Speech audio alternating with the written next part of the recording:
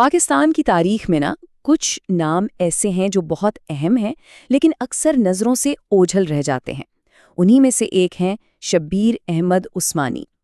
آج ہم بات کریں گے اس عالم اور مدبر کی جن کے فیصلوں نے نہ صرف پاکستان بنوایا بلکہ آج بھی اس ملک کی سمت پر ان کا گہرا اثر ہے۔ ذرا تصور کیجئے، ستمبر 1948 کا وقت ہے۔ پاکستان بنے ابھی صرف 1 سال ہوا ہے اور قوم کے بانی محمد علی جناح کا انتقال ہو گیا ہے۔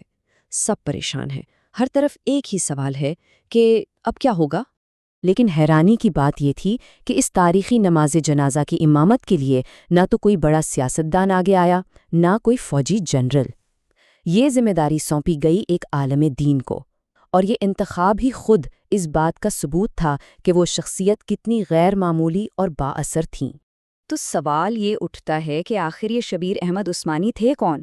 ایک عالم دین، ایک اسکالر، کیسے ایک نئی بننے والی قوم کا آپ کہہ لیں کہ ایک روحانی ضمیر بن گیا؟ آئیے انہی سوالوں کے جواب ڈھونڈتے ہیں ان کی زندگی کی کہانی میں۔ دیکھیں، ان کے سیاسی کردار کو سمجھنے سے پہلے یہ جاننا بہت ضروری ہے کہ ان کی علمی حیثیت کیا تھی۔ آخر وہ کیا بنیاد تھی جس پر ان کے اتنے بڑے اثر و رسوخ کی عمارت کھڑی ہوئی؟ ان کا سفر شروع ہوتا ہے 1887 میں بجنور سے، اور پھر دیکھیے دارالعلوم دیوبند جیسے معتبر ادارے سے تعلیم مکمل کی۔ اور کمال کی بات یہ ہے کہ صرف 28 سال کی عمر میں اپنے استاد کی جگہ صحیح مسلم پڑھانا شروع کر دیا۔ مطلب ان کی قابلیت کا لوہا سب نے مانا۔ اور پھر 1925 تک تو وہ سعودی عرب میں ہونے والی کانفرنس میں ہندوستان کے علماء کی قیادت کر رہے تھے۔ تو یہ صرف ایک عالم کی کہانی نہیں تھی، یہ ایک لیڈر کی تیاری ہو رہی تھی۔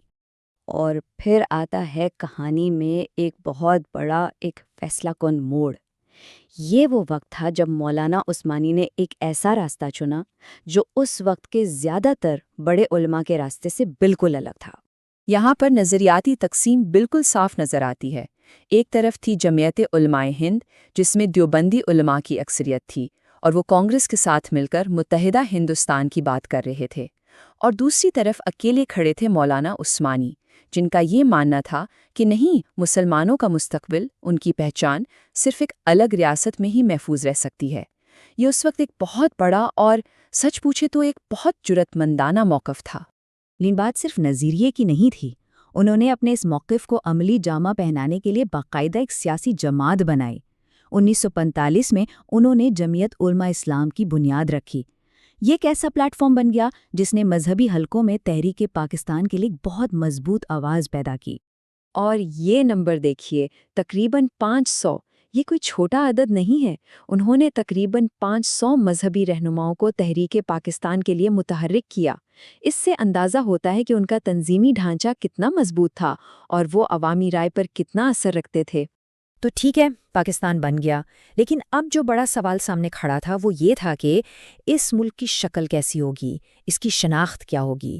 اور بس یہیں پر مولانا عثمانی نے اپنا شاید سب سے اہم کردار ادا کیا، یعنی ملک کی نظریاتی بنیادیں رکھنے کا کام۔ پاکستان بنتے ہی مولانا عثمانی فوراً ایکشن میں آ گئے۔ کراچی میں پاکستان کا پرچم لہرانے کا جو تاریخی اعزاز تھا وہ بھی انہیں ملا۔ پھر وہ پاکستان کی پہلی دستور ساز اسمبلی کے رکن بھی بنے۔ یہی نہیں، وہ قائد اعظم کے قریبی مشیروں میں سے تھے، اور یہ مطالبہ بھی سب سے پہلے انہوں نے ہی باضابطہ طور پر کیا کہ پاکستان کو ایک اسلامی ریاست ہونا چاہیے۔ آزادی کے بعد کے جو ابتدائی چند سال تھے وہ بہت ہی نازک تھے۔ اگست 1947 میں قومی پرچم لہرایا، اسی مہینے دستور ساز اسمبلی کے رکن بنے، اور پھر مارچ 1949 میں قرارداد مقاصد کی منظوری میں کلیدی کردار ادا کیا۔ مطلب ان کا ہر قدم اس نئی ریاست کو ایک واضح اسلامی شناخت کی طرف لے جا رہا تھا۔ اور پھر آیا وہ لمحہ، قرارداد مقاصد۔ یہ کوئی عام قرارداد نہیں تھی، یہ دراصل مولانا عثمانی کے پورے ویژن کا نچوڑ تھا۔ اس ایک دستاویز نے یہ طے کر دیا کہ اس ملک پر حاکمیت صرف اللہ کی ہوگی اور پاکستان کے لوگ اسے ایک مقدس امانت کے طور پر چلائیں گے۔ یہ آپ کہہ سکتے ہیں پاکستان کے آئین کی روح بن گئی۔ تو سوال یہ ہے کہ ان کی اس ساری محنت کا، اس جدوجہد کا نتیجہ کیا نکلا؟ ان کی میراث کیا ہے؟ آئیے دیکھتے ہیں کہ ان کے کام نے کیا دیرپا اثرات چھوڑے ہیں۔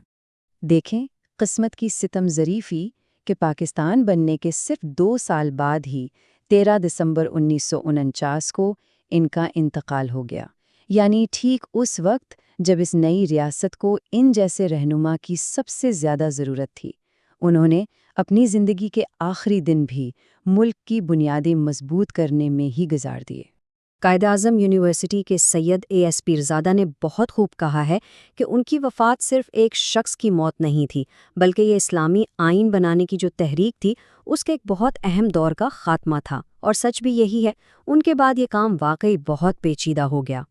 اور آخر میں یہی ایک بڑا سوال باقی رہ جاتا ہے کہ کیسے ایک عالم دین کا ویژن، ان کا ورثہ، آج تک ایک جدید ریاست کی آئینی روح اور اس کی سمت کا تعین کر رہا ہے۔ یہ وہ سوال ہے جس کا جواب آج بھی پاکستان کی تاریخ اور سیاست میں گونجتا سنائی دیتا ہے۔